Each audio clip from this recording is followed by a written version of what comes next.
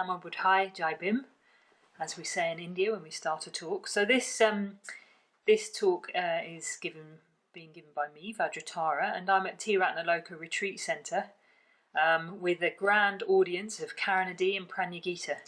And there you can hear them in the background. And so this is a talk being given for the Great Gathering Retreat, which we would have held this weekend at Taraloka with a joint enterprise between the Therigatha and Taraloka team. So I'm going to give a talk today about Sisupacala, who is one of the enlightened female disciples of the Buddha, bhikkhunis or nun. And Maitri Devi has introduced the songs of the enlightened female disciples of the Buddha, the Therigatha. So there's two talks by Maitri Devi. So I suggest that you listen to those first before you listen to this talk. So I'm going to give a talk today about Sisupacala, who lived at the time of the Buddha. She was the oldest of three sisters and had an older brother called Sariputta, who's also a very famous disciple of the Buddha. And they all came from a Brahmin family. And obviously they were quite close, and the story goes that Sariputta went off to find the truth, to search for the truth with his friend Moggallana. And Sisupacala and her three sisters really took notice of that. They thought, well, if our brother's gone, they obviously had great respect for their brother, if our brother's gone, then there must be something to this. He's gone on a quest for the truth, to find the way things are. And they would watch with interest what he was going to do with his life, and watch with interest what he might find. And he became a disciple of the Buddha. So when he became a disciple of the Buddha, all those three sisters decided also to become disciples of the Buddha.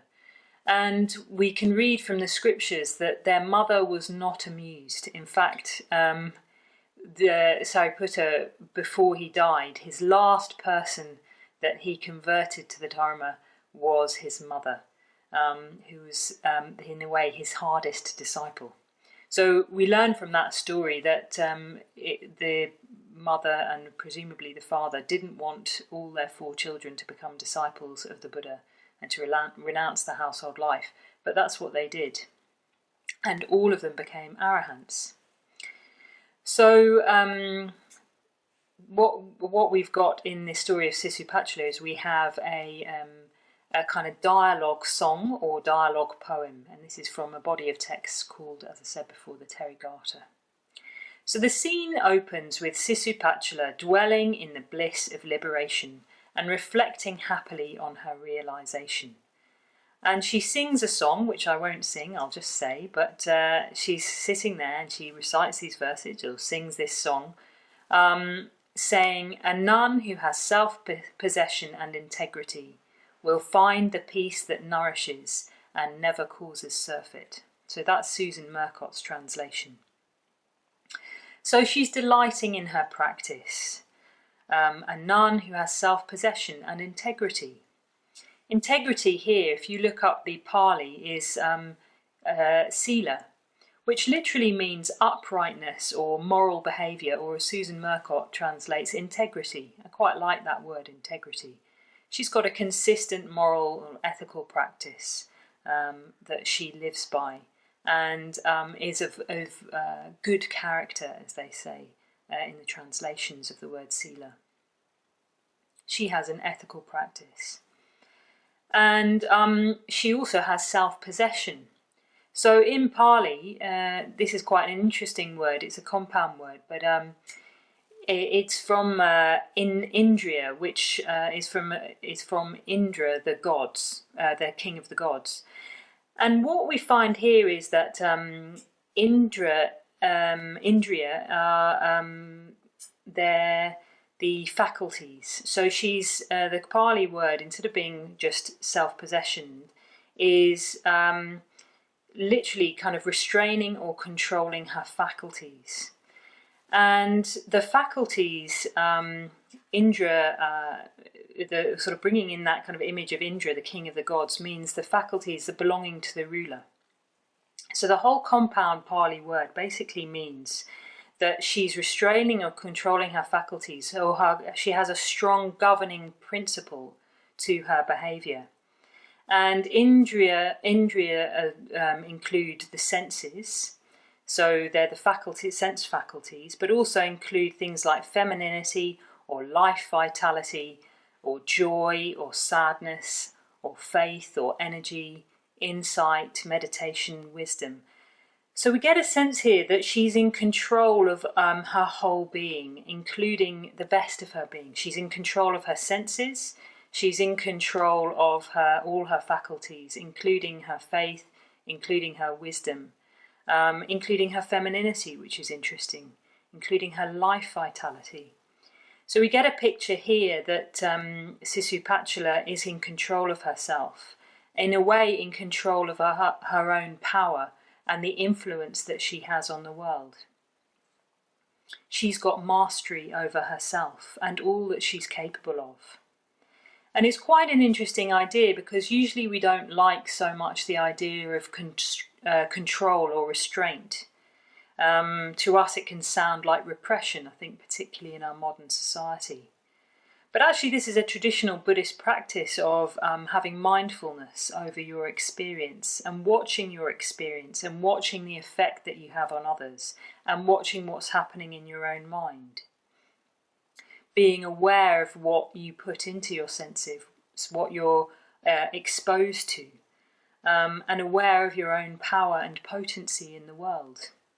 I know for myself, my name is Vajratara, and when I was given that name, it was made very clear to me that the Vajra, which symbolises intellect or power or wisdom, is in the service of Tara, who represents compassion.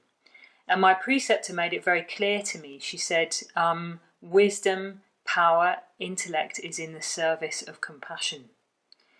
And this was the precept that I had to take on, that my own power, my own intellect is in the service of compassion, that in a way I need to control those things, even sometimes restrain myself in certain situations, restrain my own reactivity, and to use my power in the service of compassion. You know, it's an uncomfortable thing, I think, particularly perhaps for women, but I think for some men as well, to know that one has power. It's uncomfortable to know that one has an effect on the world. And what Sisupacala is saying is that she's taken responsibility for having an effect on the world, and that she knows herself, and she's got a strong moral direction, ethical dimension and direction of how to act and how to use her power in the world. And both those ways of being, her own integrity and her own self-possession, give rise to being on what is in the Pali, the path of peace. So it's interesting, Susan Murcott translates this as a nun who has self-possession and integrity will find the peace that nourishes and never causes surfeit.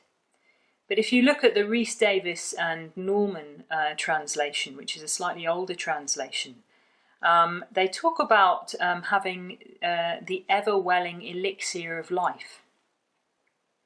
So that's what Murcott calls a peace that nourishes and never causes surfeit.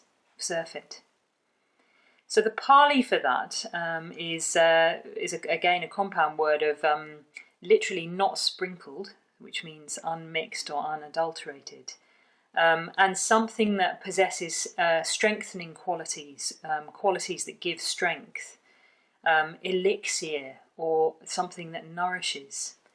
And in a way I quite like that, and I quite like the idea of having something, an unadulterated elixir, or an ever-welling elixir of life, and being on the path of peace. I think peace is a very underrated quality nowadays, and this is what Sisupacala is rejoicing in. She says she's got integrity, she's self-possessed, she's on the path of peace, not on the path of violence, not on the path of drama or overwhelming emotions. No, she's on the path of steadiness, the path of peace. And that this itself is an ever-welling elixir of life.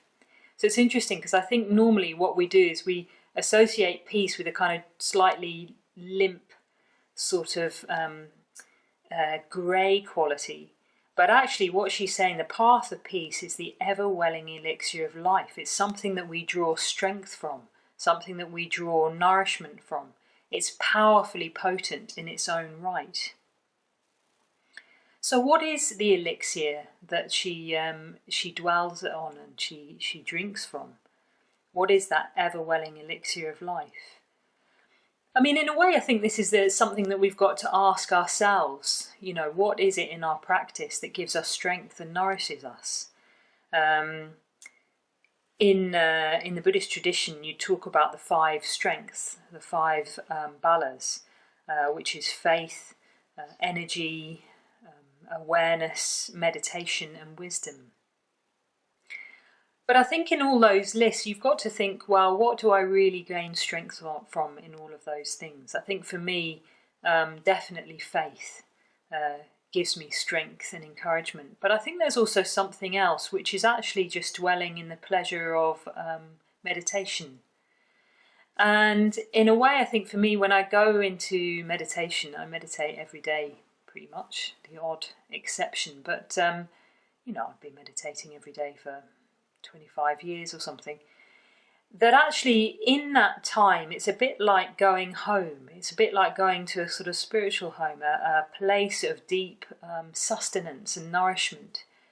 And even when my meditation isn't particularly concentrated, I always feel more in touch with myself afterwards. And because I feel more in touch with both an awareness of how I am, but also in touch with my own values and what I want to do with my life, it means that when I interact with the world, I've got a firmer basis for that. I've got a kind of strength that comes from my own meditation practice. So a question you could ask yourself is, what do you draw strength from in your practice? What do you drink deeply from? What becomes your ever-welling elixir of life? I know that my mother, when we had some very difficult time in my family, and I remember talking to her about it and expressing some concern for particularly one of my brothers who was struggling at that time.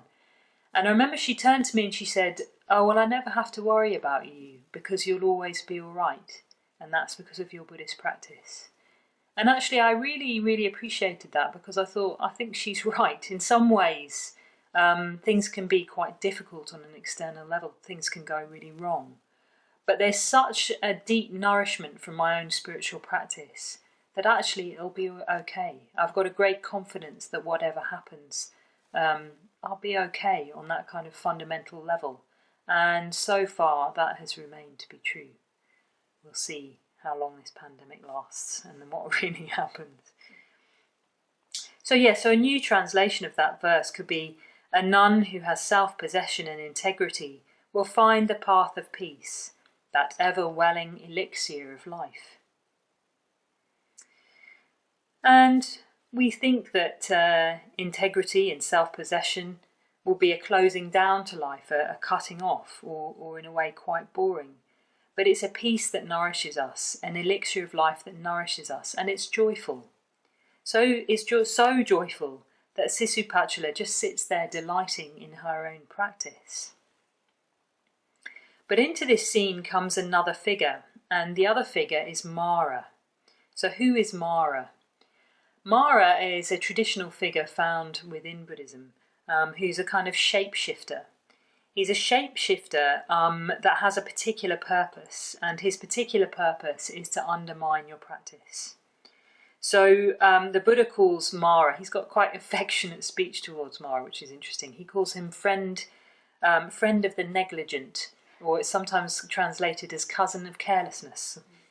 So here's Mara, kind of slightly sort of demonic figure, but more affectionate than that. Mara comes along, friend of negligence.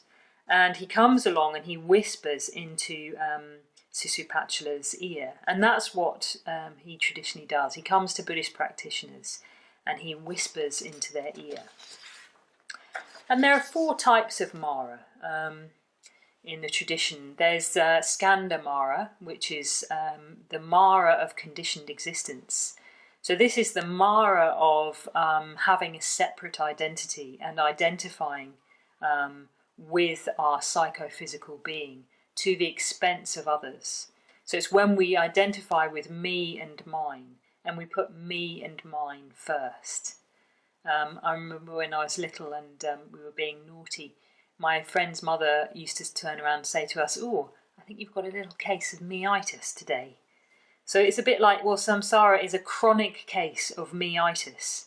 And that's Skanda Mara. It's the Mara who whispers into your ear, me first.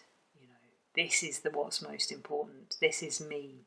And in the end of the day, I'm going to get what I want. There's also Klesha Mara, whose Klesha means mental defilements or poisons.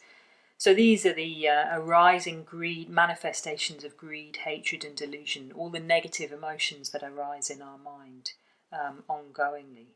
That's what we usually think of as Mara. Then you've got the Mara of death. So the Mara of death is the kind of fear of death that we have. He evokes to us, this fear of death and the lengths that we would go to avoid death. I did hear recently someone saying, well, all fears are fears of death. I don't know if that's true, but it's interesting to reflect on. Are all fears really a fear of death? It's like the Mara of death is the kind of, he's shape-shifting into a kind of grim reaper that waits around to the periphery of your being, whispering to you that, but it's going to end, and everyone's going to die. You can sometimes get this when you develop a friendship and you're having a really lovely moment. I've had this with friends, having a really beautiful moment with my friend. We're out for a walk, we're in good communication, and suddenly this thought comes up, they're going to die. And of course they're going to die, I'm going to die as well. But I think the Mara of death then whispers, so don't get too close. So the Mara of death is that kind of fear of death, the avoidance of death, and not wanting to look at death, saying it's morbid to talk about death, or even the other side of it, being overly fascinated by death, longing for death, waiting for it to happen. Courting death even, getting into very dangerous habits in order to slightly flirt with death. That's the Mara of death. And then you've got Mara, the son of the gods. So Mara who has power and influence. And this is the more external Mara. This is the Mara when bad things start happening externally, a sort of external malignant influence. Perhaps COVID-19 could be described as a Mara coming into society. But Mara comes particularly when we're doing well. He sort of skulks around and looks for a way in. I saw a meme on Facebook the other day where it says, the devil came to me and said, you can't do this. And I said 6 feet back. And then it said a rude word, which I'm not going to repeat. So I'll just say 6 feet back, cousin of carelessness. So it's that kind of thing. It's like Mara's watching around, and but we've got social distancing, so we can just tell him to move away. It takes a lot of effort, I think, at this time to remain positive and to remain buoyant and to remain active, because the future is so uncertain. We've had our plans, we've watched our plans fade away, and I think, we're kind of dropping our ideas one after the other about when this is going to end and when we're going to be free again. I know for us, we here at Therigatha Loka, it's this constant thing of looking at when we might be open again. And then you realise you've just got to drop any ideas about when that might be. And, we're in very good conditions and we've got strong friendships with each other. So on the whole, we remain quite positive. But actually you can see that actually it's waiting there. It's waiting there, that kind of despair and despondency. And also what I've noticed within the community is that it's really easy for our old habits to come up. What happens to me when I'm in a particularly stressful environment or in a stressful situation. My habitual responses will come up. And they're not anything different from from what's gone before, but that this is a situation in which they're going to arise. I think for me, my Mara would be, he whispers into my ear, you're alone and no one's going to help you. And yes, you can't do it. So we've got to notice, well, what is Mara whispering in our ear? How is he trying to undermine us? That friend of the negligent, the cousin of carelessness, trying to take us off the spiritual life. And it's interesting what he says to Sisupacala. He says to her, the deities of the heaven of the 33, where Indra rules, the deities who are free from misery, the deities who have attained bliss, the happy creators who make their own pleasure, and the deities who control what others create. Turn your mind to those places where you have lived before. So he's whispering to her about the realm of the gods. And who are the gods, the devas or the deities? Well, in a way, you could call them mythical sort of beings. You could call them real beings, it's up to you. But in the Buddhist tradition, in a way, what they represent is the best that mundane reality has to offer. They're the objective embodiments of higher states of meditation and concentration, of refinement. And they have whatever they want. They just have to think it and it sort of appears. So they're these very, very refined beings living in a situation which is pretty much purely pleasure, that are able to control their environment and live in very refined states of mind. They're very beautiful. Some of them actually are not embodied, but some of them are embodied, and they're very beautiful in higher positive states of mind. And he says, you've been here before, so go back there. Turn your mind to those places where you have been before. And I think in a way this is what society is doing to us at the moment. The Mara of the son of the gods, or Klesha Mara, is whispering to us of a kind of Davic life. He whispers to us of a dream, saying you can have this dream. You can have flights to anywhere in the world that you want at a very reasonable price. You can have food from any country in the world at any time of year. And if you have surplus, you can store it in a fridge.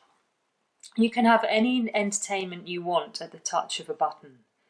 And you can be like this. You can be young. You can be beautiful. You can have it again. Just wait it out. And we'll go back to that life again where you can have everything that you want. And you can be young and beautiful and have fun in the sunshine. In a way, this is the Mara of advertising. It's a myth. Advertising is not really selling individual products. It's selling a myth that we're drawn to, of a fast car going round mountain roads, or of young happy people in jeans drinking pop in the sunshine. It's a myth that we want. We want a myth of freedom and youth. And spontaneity, and we look at the advertising, we think, oh great, I can have that, I'll just need to buy the jeans or the can of Pepsi or whatever it is. So that's what Mara's doing. It's saying, look at the life of the gods, go back to that. This is what normal is. This is what you've got a birthright to. This is what you are entitled to. This is yours for the taking. Long for that. Don't long for the spiritual life, for the higher life. Long for the life of the gods. Turn your mind to that, or in the other translation is think and aspire to that with a longing heart. It's much stronger actually than just turning your mind. It's aspire to that with all your being, with all your heart energy. Aspire to that Davic, to that godlike life. And set your mind on that no further. But Sisupacala, she's been drinking from the ever-welling elixir of life, so she's not going to be easily thrown by Mara.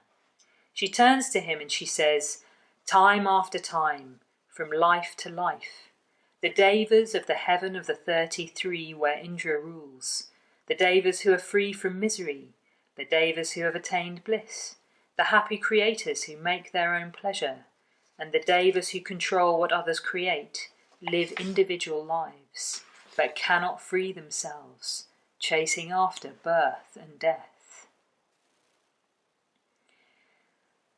So what she's saying is that even if you get everything you want, even if you live the life of a god, even if you can have any food from anywhere in the world, any entertainment from anywhere in the world, even if you can get on a flight and fly anywhere in the world, you're still trapped in the cycle of birth and death. Pleasure isn't enough for human beings. You're not free. You go round and round the same old habits again and again, and nothing really moves. So there's this image of this cycle of birth and death, chasing after birth and death, where there's no growth there. There's just getting more and more pleasure, getting more and more of what we want all the time. And it never ends. You never really are totally satisfied. You never really get everything that you want. You're just sold more and more and more. So in the Mara of advertising, you get the jeans, you get the car, and it's not enough. And she says the reason that the gods aren't free is because they've not passed or gone through fixed self-identity. They're still identifying with their own individuality. They're still identifying with me first, me and mine first. And fixing their identity as an identity that should have what it wants. There's a story in the Avadanas, which are the early stories of the Buddhist tradition, where they talk about the God realm, and they say that in the God realm what you have is you have self-cleaning robes. So you can imagine, I always imagine in these kind of white floating robes, and they never have to do any washing because nothing ever really gets dirty. So they can just, float around in their beautiful robes. But it says in the Avadana, what happens is the God realm isn't permanent. You're there because you've acted ethically in the past and you've cultivated positive mental states in the past. And you get to the God realm, but it's not permanent. And what starts happening is you start to smell. So you smell beautiful. You smell like beautiful flowers for most of your life. But the life does run out. Takes a long time, but they have very, very long lives. But eventually the merit runs out. They're not doing anything new, they're not doing anything creative, and they start to die, which means they start to smell and their robes stop cleaning themselves. And when that happens, the other gods reject them. It's a very, very sad story, but basically the other gods reject them, and they're just left on their own to die. Which, interestingly, is a bit like our God realm, actually. Once we're no longer useful or no longer interesting, or we no longer smell very nice, we're cast out into away from others. And many people are very, very lonely in their old age. So yes, that's the danger of the God realm, is that you get rejected when you're no longer pleasurable. Because the God realm is all about having more and more pleasure. So if you're no longer pleasurable, or pleasant, then you're rejected. And yes, we can see that in the God realm, in that kind of godlike life, we're trapped in a circle.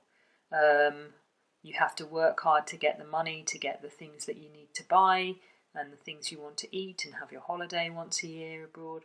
And then you have to earn more money to keep doing that, but you want more and more things. And you get trapped. In a way, it becomes a self-perpetuating cycle. And what we end up doing is closing our eyes to the effect that we have on the world. So it becomes about me first, me and my family, me and myself first. And we don't look at the effect that we have on others. There's a beautiful line in an Oscar Wilde fairy story where he, the young king, has a series of dreams where he finds out where all his royal robes came from and the suffering that went into making them. And he turns around and says, "Shall joy wear what grief has fashioned?" And in a sense, this is the position that we're in at the moment. Shall joy wear what grief has fashioned? If pain and suffering have gone into making us these things, is it really joyful to have them?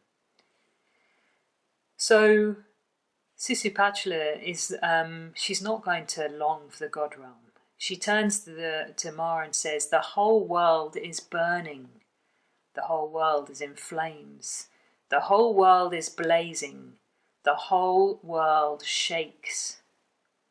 So it's a very, very strong image. It's an image of a shaking and burning world. And it's easy to put this into another list.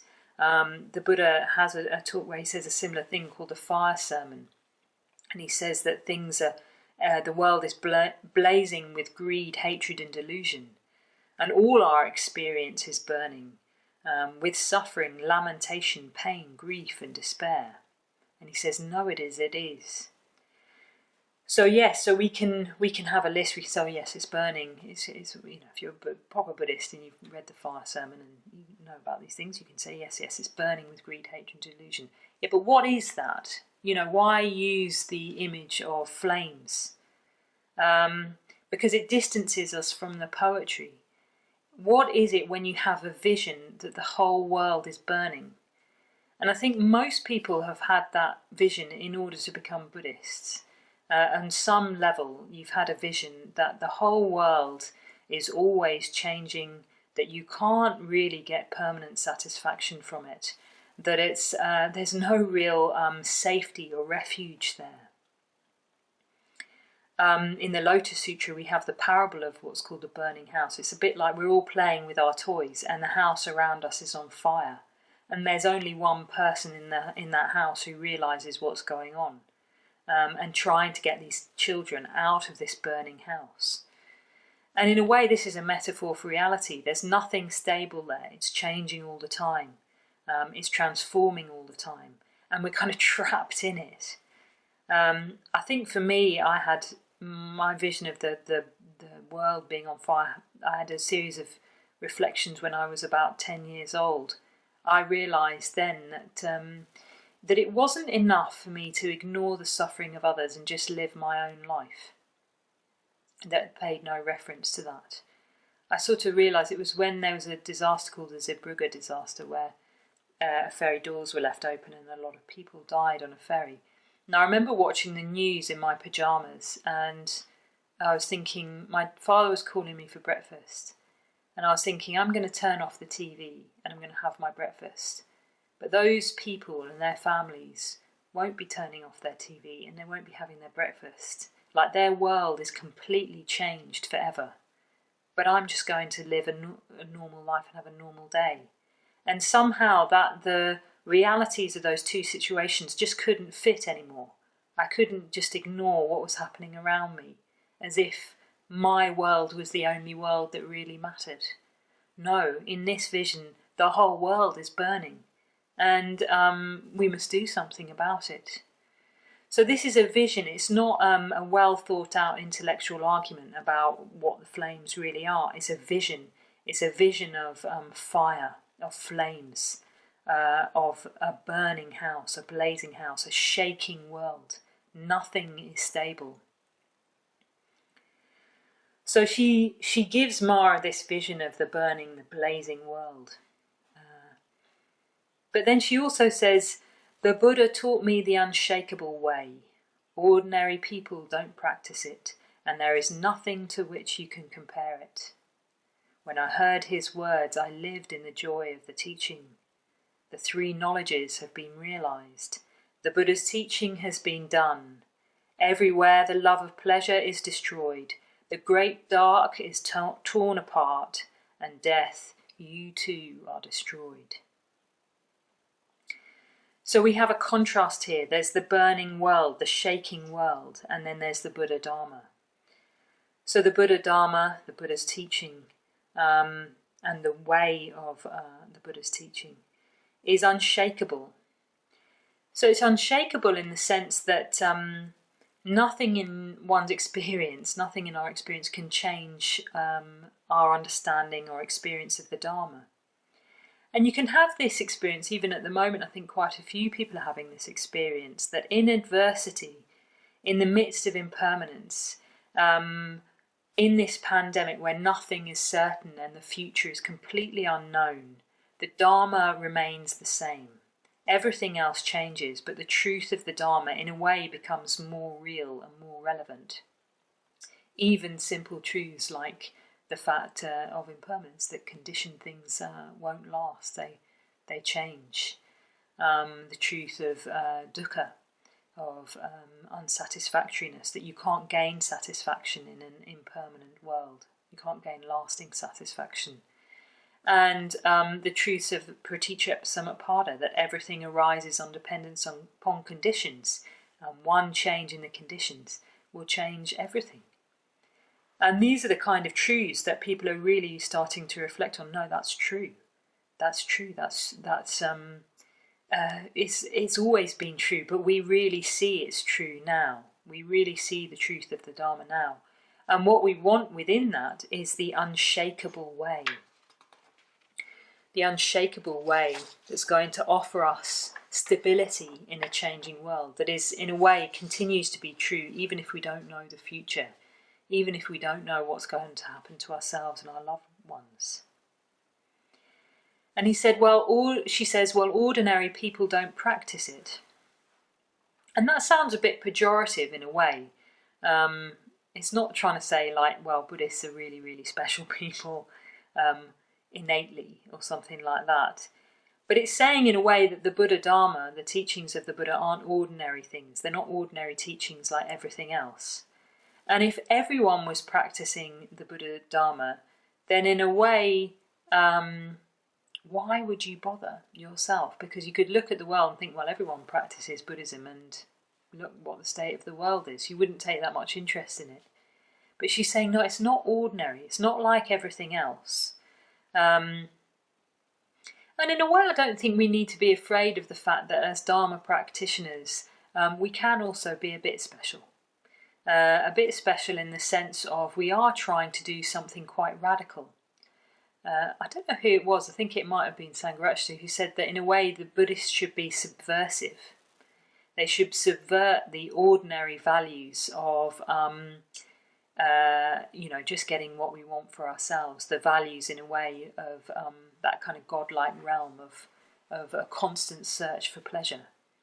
So in that way, they should be a bit special, or maybe a bit special because you find that as you practice meditation, as you practice the Dharma, you're not so reactive. A little bit different. And if Dharma practitioners weren't a little bit different, why would you be interested in the Dharma if they were just like everyone else doing everything else? Why would you be interested? In a way, it's good to remember that Sisupacala became a Buddhist because her brother became a Buddhist. So obviously she really, really respected her brother. And when he became a Buddhist, she thought, if he's a person of integrity, he's a person of wisdom. If he's really drawn to the Buddha's teaching and to the Buddha himself, there must be something to it. And I think that's often people's experience. You meet someone who just seems a little bit different, a little bit less reactive, a little bit wiser, a little bit kinder. And then we think they've got something special. I know a friend of mine said that she was on the bus and she noticed someone who just had a different kind of presence than other people. And when he got off the bus, she followed him. I wouldn't necessarily recommend that, but she followed him and said, "Excuse me, I just want to ask you, you just seem a bit different, and what is it?" And he said, "Well, I don't know, but it might be the fact I'm a Buddhist." And then a while later, she saw someone else walking down the street, and again, this person had something about them that was just a bit different, maybe a bit more centered, a bit more grounded, a bit more in control of themselves. And she said, "Oh, I just wanted to ask, something seems to be a bit different. What is it about you?" And he said, "Well, I don't know, but it might be the fact I'm a Buddhist." And she thought, "I think there's something to this. The universe is sending me a message." We have that kind of story within the Buddhist tradition with Sariputta and Ashvajit. When Sariputta was on his quest to learn the truth, he saw a renunciant, someone who'd left home, a monk, and he saw there was something quite special about this person. He didn't know what it was, but he could really see something in him. And he said to him, "Who's your teacher and what does he teach?" And Ashvajit told him, "Well, my teacher's the Buddha." And explained some of the Buddha's teaching to him. And at that moment, Sariputta saw into the truth of it. And what's very lovely, I always love the story about Sariputta, that whenever he went to bed, he bowed to whatever direction Astrajit was staying, and then he bowed to wherever the Buddha was staying, because he said, well, Astrajit was my first teacher, and I need to reverence him for giving me the truth. But he saw the truth in Astrajit because Astrajit just embodied something a little bit special, a little bit different. I mean, a question we could ask is it that ordinary people don't practice the Dharma, or is it that people are no longer ordinary when they practice the Dharma? They become less ordinary. And she also says that you can't compare the Buddha Dharma with anything. Atulya, that's the Pali word. And it means priceless, or not being able to be weighed or measured or matched or calculated. So there's something about the Buddha Dharma that you can't compare with anything that you know about. We're always trying to compare the known with the unknown. But she's saying, well, the Buddha Dharma you can't compare with anything else that you know.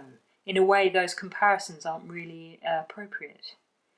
And we try and do that with the Dharma. We kind of think that we approach it like we approach anything else in life. Okay, I've come across Buddhism, I'm going to read the right books, and I'm going to go on the right retreats. I'm going to find the right teacher and, get to the certain levels.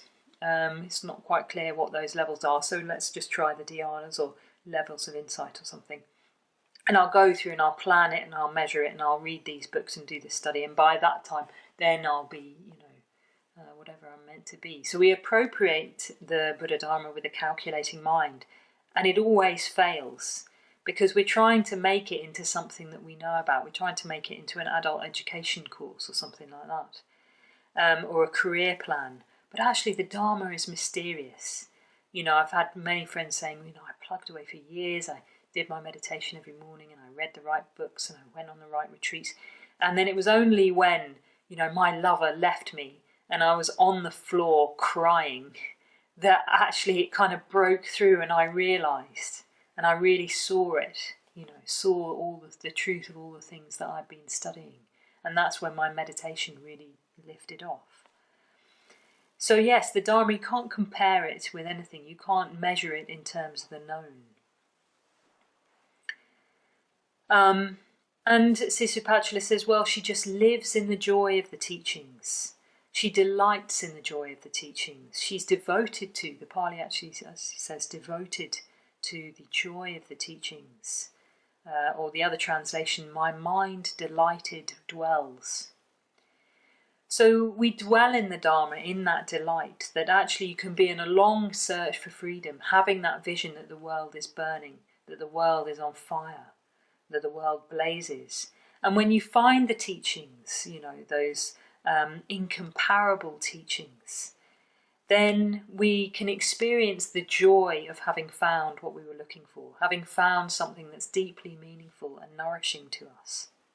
So here again we have a contrasting two images. We've got the fire, the burning world, and we've got the peace, the unshakable peace, the mysterious nature of the Dharma, out of the ordinary, and the delighted mind, living in the joy of the teachings, living in the Buddha's dispensation, the Buddha's teachings.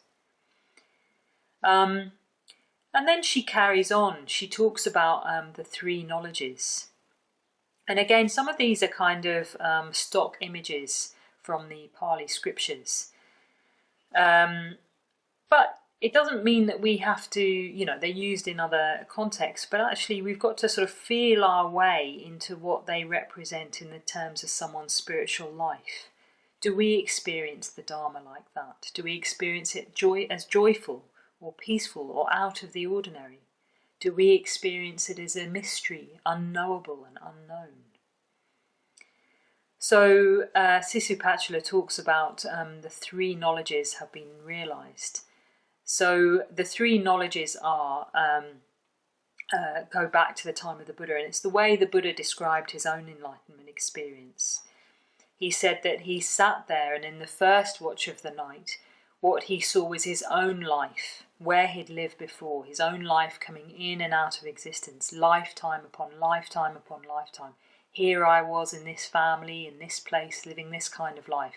And there I was in that family, living this kind of life. And these are the practices that I did, and these are the things that I worked on. These are my habits that I transformed. This is the kind of spiritual life that I led, and how all of this led up to his enlightenment. Lifetimes upon lifetimes upon lifetimes. And in the second watch of the night, he saw not only his own lifetimes, but he saw the lifetimes of others. And of the whole kind of flux of beings living out their life in this place with this name and this family in this time, and in that place and that family in that time with that name. How this whole kind of flux of humanity, lifetime upon lifetime after lifetime, and how the whole thing was bound up by karma, which is that our actions are shaping our world. That if we act in particular ways, then we will experience particular consequences of our actions.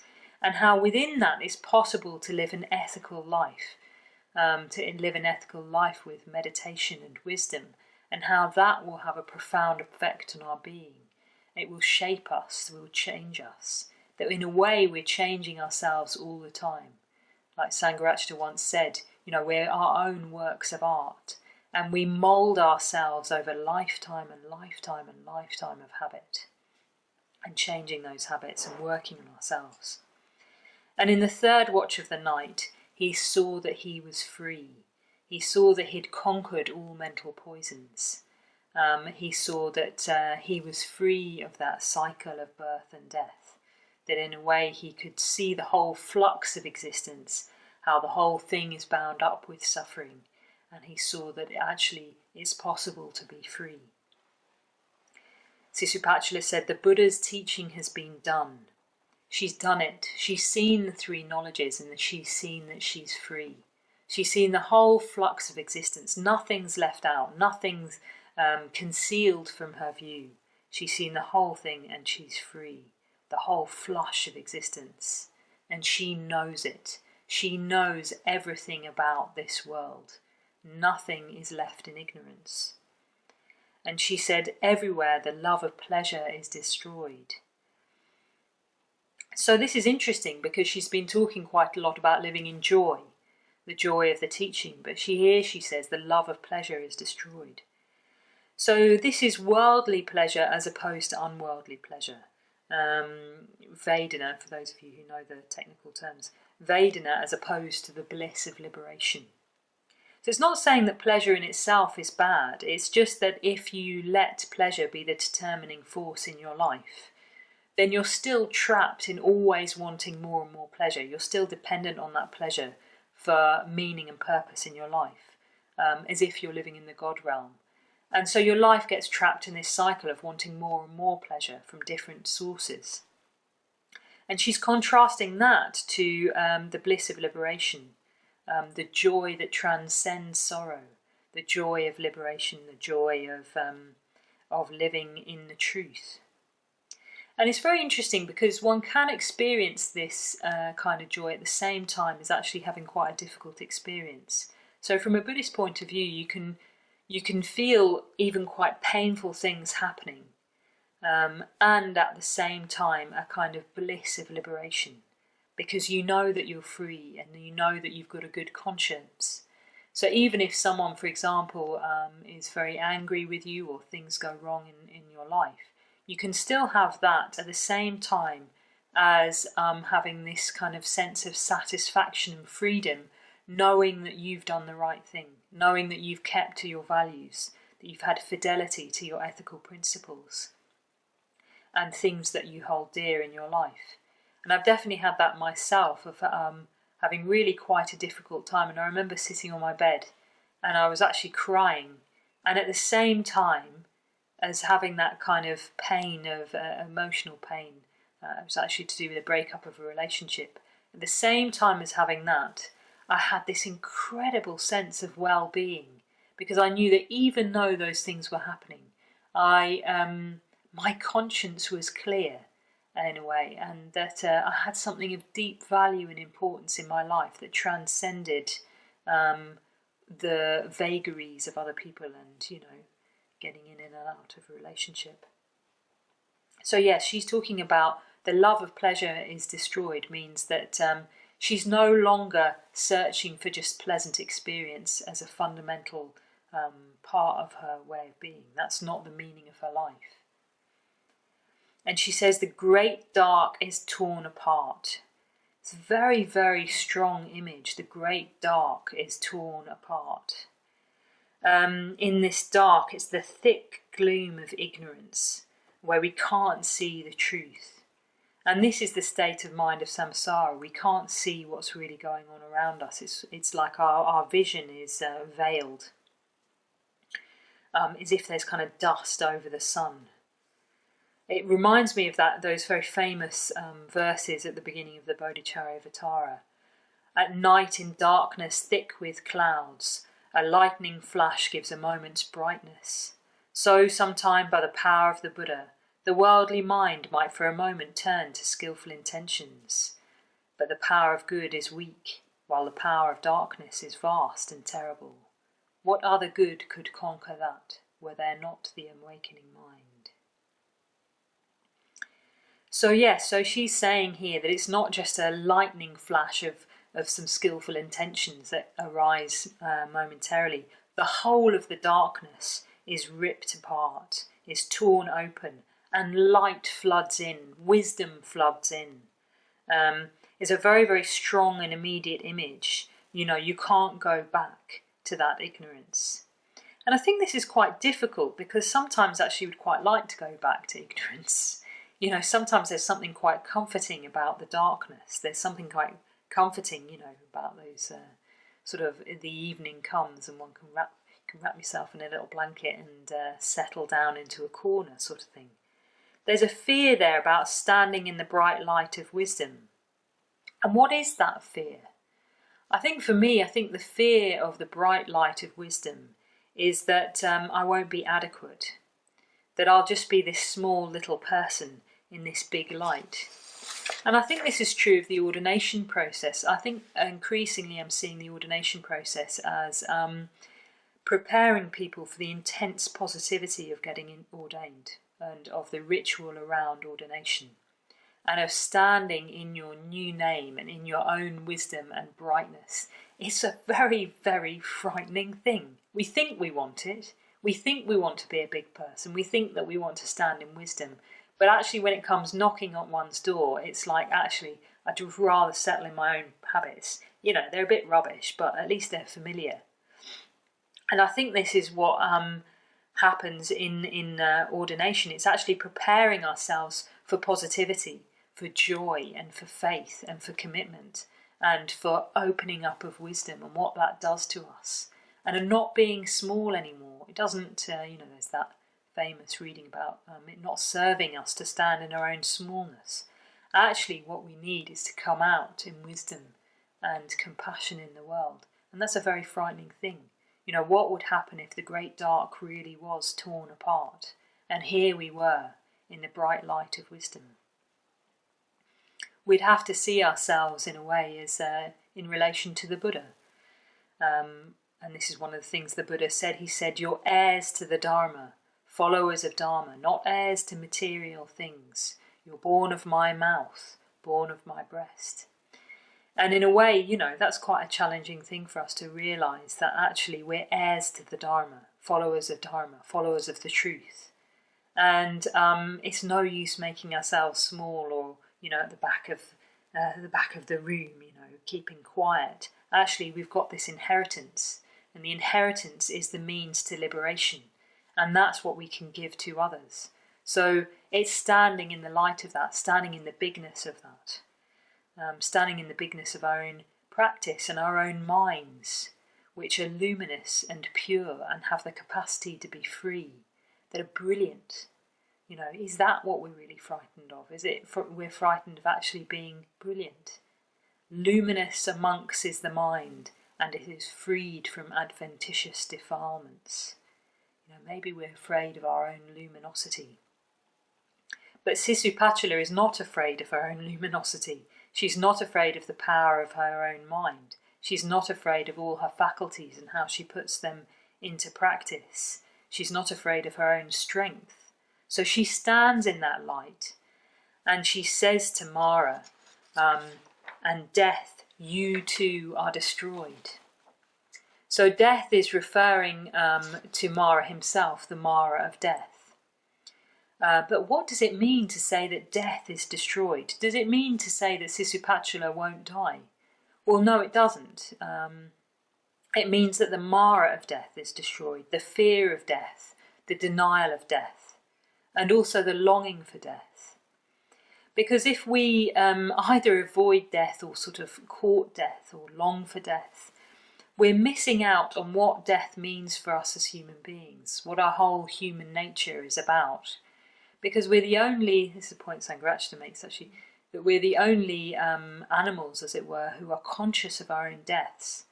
And if we avoid looking at our own death, then we'll avoid understanding the meaning of death. Death is showing us something. And if we reflect on death, then we can learn something from death itself. We can learn that, for example, that all life is impermanent. And we can learn what's really important in life. What are the values that transcend death? And I think this is, something that we're even coming into contact with now. In the face of our own death and in the face of the death of those that we love. What's really important? And what's really important is not passing pleasures. What's really important is love and connection and the truth and living out truth. So in the face of death, we can either try and rearrange life to ignore death and to suit ourselves, or we can rearrange our expectations to suit life. There's a poem by Sangharakshita that says, life does not belong to us, we belong to life. Life is king. So we belong to life itself, and we belong to death itself. We can't control these things, but we can live in the light of truth. We can live in the light of values that transcend life and death. And this is at root the problem that we're all facing at the moment. We've got the fear of death from a virus, but there's also the fear of what happens when we end, and what can we do before that, having as much as we can before we die.